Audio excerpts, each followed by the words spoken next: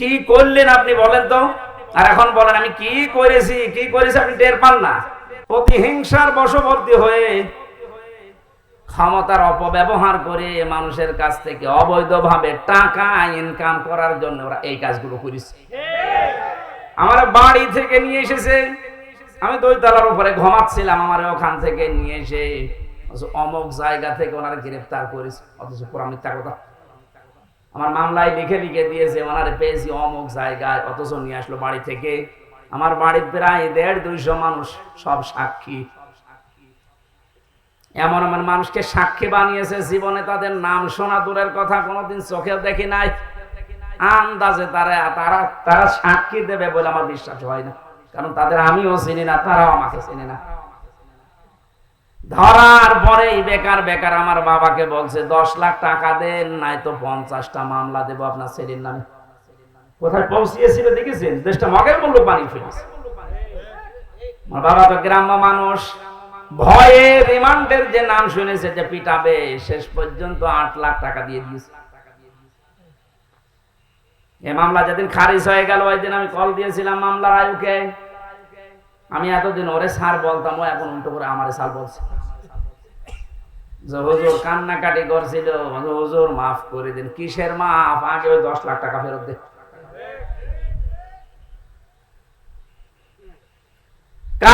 কারণে হাজারো মানুষকে আপনি এভাবে জেলখানায় রেখেছেন, যাদের মামলা প্রমাণ হয়ে যাচ্ছে, যারা নির্দোষ খালাস পেয়ে যাচ্ছে।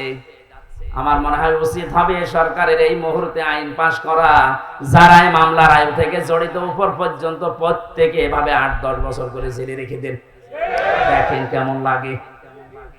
একটা মানুষ যদি পরিবারের যে মেন, সে যদি জেলে থাকে, তার পরিবারটা সে শুধু নষ্ট হয় না, তার পরিবারও শেষ। আমার 2টা মেয়ে, আমার স্ত্রী, আমার মা বাবা, আর তো কেউ নেই। আমার বাবা বৃদ্ধ, আমি নিজে শুধু ইনকাম করার মতো আমার একটা ব্যবসা ছিল কাপড়ের, সেটাও ধ্বংস হয়ে গেছে। আপনি সব কিছু নষ্ট করে দিলেন। 3টা বছর কি কষ্ট দিয়েছেন বাড়ির মানুষকে। প্রতি মাসে মাসে জেলখানায় টাকা পাঠাও, মামলার পেছনে খরচ করতে করতে আমার বাবা নিঃস্ব হয়ে গেছে। আর মানুষও যে এত সিটার বাটপা, এই গ্রাম্য মানুষটার কাছে যে বলতো আপনার ছেলেকে আমরা বের করে দেব, 5 লাখ টাকা দেন। জমি বিক্রি করে বলতো ভাই তাড়াতাড়ি করেন। শেষে 2-1 মাস 3 মাস ঘোরার পরে বলতো পারলাম না, টাকা ফেরত দেন, টাকা খরচ হয়ে গেছে। এভাবে একটা মামলা 30 বার যদি হাইকোর্টে তোলা হয়, আপনি কত টাকা খরচ হয় হিসাব করেন। এই জন্য বলছি, যারা এভাবে মামলা দিয়েছেন, মিথ্যা মামলা যেগুলো প্রমাণ হচ্ছে না, এরা কিছু জানে না। 2 বছর 5 বছর 10 বছর পরে খালাস পেয়ে যাচ্ছে বেকসুর, তার মানে ওর অপরাধ আপনি পাননি। কথা বলেন না কেন? আদালত কোন অপরাধ প্রমাণ করতে পারেনি, এই জন্য তো খালাস দিয়েছে। সুতরাং আশা করব যারা এর সাথে জড়িত, এদের বিরুদ্ধে আজ আমরা মামলা দিয়ে এদেরকেও 3 বছর জেল খাটাবো। দেখ আপনি, আপনার ছেলে মেয়ে নষ্ট হয়ে যাবে, আপনার বউ নষ্ট হয়ে যাবে। আমান আজমির বউ পর্যন্ত চলে গেছে, অন্য জায়গায় বিয়ে করেছে। আপনি চিন্তা করতে পারেন, কারণ সে তো জানতো না যে আমার স্বামী বেঁচে আছে কিনা। এ মহিলারও কোনো দোষ নেই, কিন্তু ব্যারিস্টার আরমানের স্ত্রীটা 8 বছর পর্যন্ত টিকে ছিল, সেও তো জানতো না আমার স্বামী বেঁচে আছে না মারা গেছে। কত বড় কঠিন হৃদয়ের মানুষ আপনি ছিলেন। আপনি সব জানতেন যে ওকে কোথায় কোথায় রেখেছি। কত কান্নাকাটি করেছে ইলিয়াস আলীর স্ত্রী, তার সন্তান এসে। এত বড় অভিনয় করলেন কি করে? ইলিয়াসের মেয়েটার মাথায় হাত দিয়ে বলছে তোমার বাবা কোথায় আছে, আমি খোঁজ করে দেখবো, অথচ তখন মারা হয়ে গেছে তার। এইরকম অভিনয় করে আপনি পার পেয়ে গেলেন দুনিয়ার মানুষের সামনে।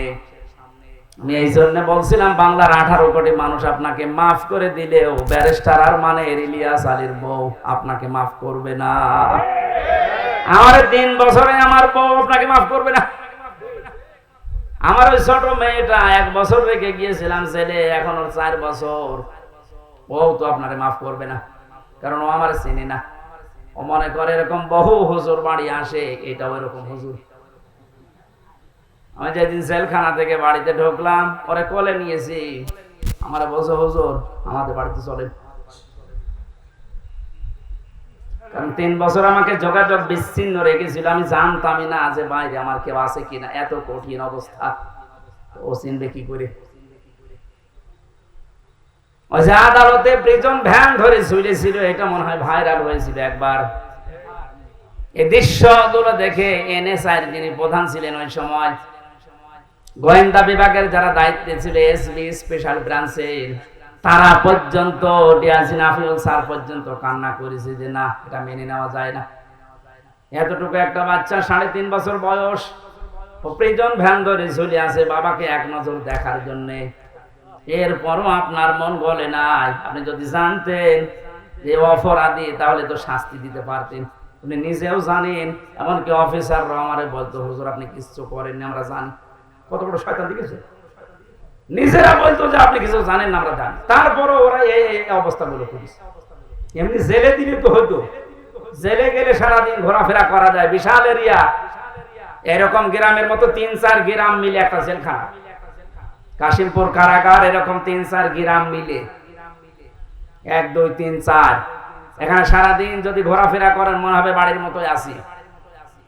বিকাল 5টার সময় তালা লাগিয়ে দেয়, সকাল 7টায় আবার খুলে দেয়। বিভিন্ন মানুষের সাথে দেখা হয়, জেল খাটা ঝামেলা, খাবারের সমস্যা আছে। কিন্তু আমাদের আর মাওলানা মামুনুল হককে যা করেছে, 24 ঘন্টা ফাঁসির কন্ডেম সেলের ভেতরে তালাবদ্ধ। মনে হচ্ছে কি করেছি আমরা, অথচ কিছুই জানি না।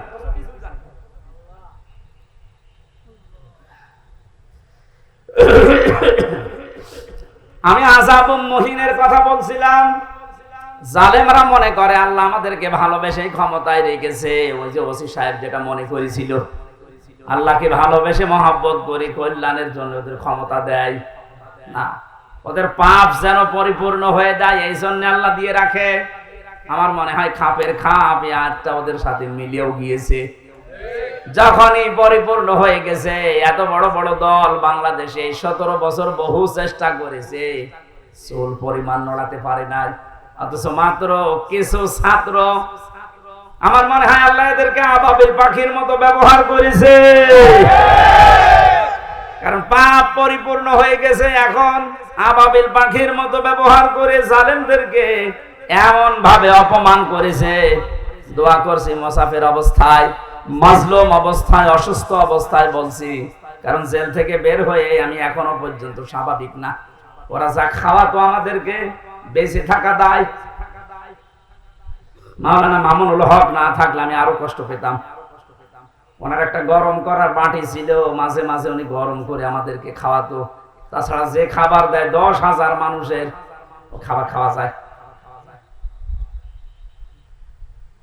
ডাকাত যারা যায় 27 বছর জেল খাটতেছে, সুইডেন আসলাম কয়েকদিন আগে বের হয়েছিল, এটা সঠিক কিনা? এরপরে ডেঞ্জার রাসও ছিল গোপালগঞ্জের, ভয়ঙ্কর তাজ ছিল টাঙ্গাইলের, নাসির বের হয়েছে। এই মানুষগুলো আমাদের উপর তারাই ছিল।